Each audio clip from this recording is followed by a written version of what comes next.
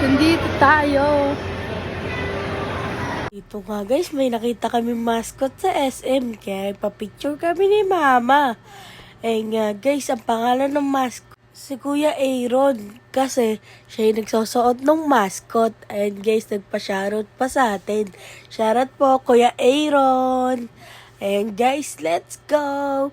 And guys, picture-picture muna tayo dito sa SM. At dalawa nga dyan yung mascot guys. Meron pa isa dito kaya nagpa-picture din po kami. Pupuntahan namin ni Mama isang mascot.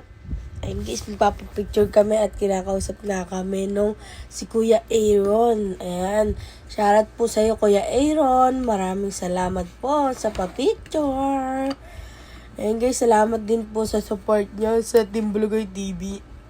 At sa Enchong Vlog. Ayan, magpapapicture na kami. Ayan, sa bunny. Sa bunny na pink. Cute nga ng bunny dyan guys. Ayan, picture-picture lang kami ni Mama.